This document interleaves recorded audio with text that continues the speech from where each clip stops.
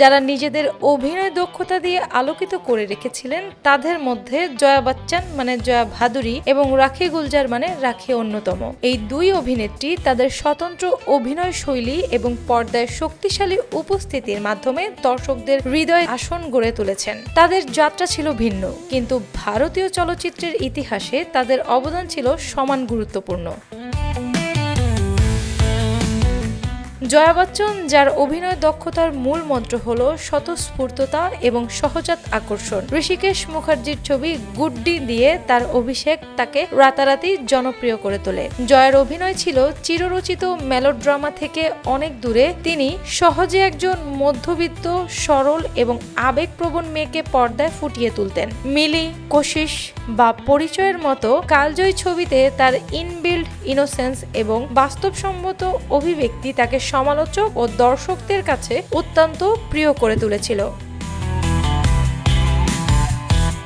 জয়ার জনপ্রিয়তা এসেছিল তার চরিত্রে বিশ্বাসযোগ্যতা এবং সাবলীল অভিনয়ের মাধ্যমে, যা দর্শককে সহজে তার চরিত্রের সঙ্গে একাত্ম হতে সাহায্য করত। অন্যদিকে রাখি গুলজার ছিলেন তীক্ষ্ণ চোখ এবং মহিমান্বিত উপস্থিতির অভিনেত্রী। তার সৌন্দর্য ছিল শাস্ত্রীয় এবং তার অভিনয় ছিল গভীর আবেগপ্রবণ। শর্মিলি, দাগ বা কভি কভি এর মতো ছবিতে তিনি যেমন রোমান্টিক নায়িকা হিসেবে সফল হয়েছিলেন, তেমনি ৮০-র দশকে এসে তিনি শক্তিশালী, আত্মমর্যাদাশীল মা বা প্রতিশোধ পরায়ণ নারীর চরিত্রেও সমান পারদর্শিতা দেখান।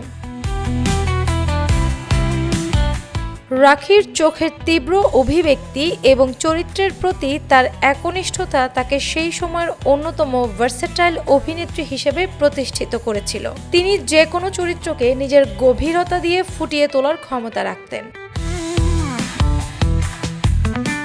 এই দুই কিংবদন্তি অভিনেত্রী তাদের নিজস্ব ঘরানা তৈরি করে দর্শকদের মন জয় করেছেন। জয়া তার স্নিগ্ধতা ও সাধারণত্বের মাধ্যমে, আর রাখি তার তীব্রতা ও মহিমার মাধ্যমে। তাদের যুগল উপস্থিতি প্রমাণ করে যে ৭০ দশকে বলিউডের নারী চরিত্রেরা কতটা শক্তিশালী এবং বহুমুখী ছিল, যা আজও অনুকরণীয়। অ্যানি আক্তার, বাংলা বাজার পত্রিকা।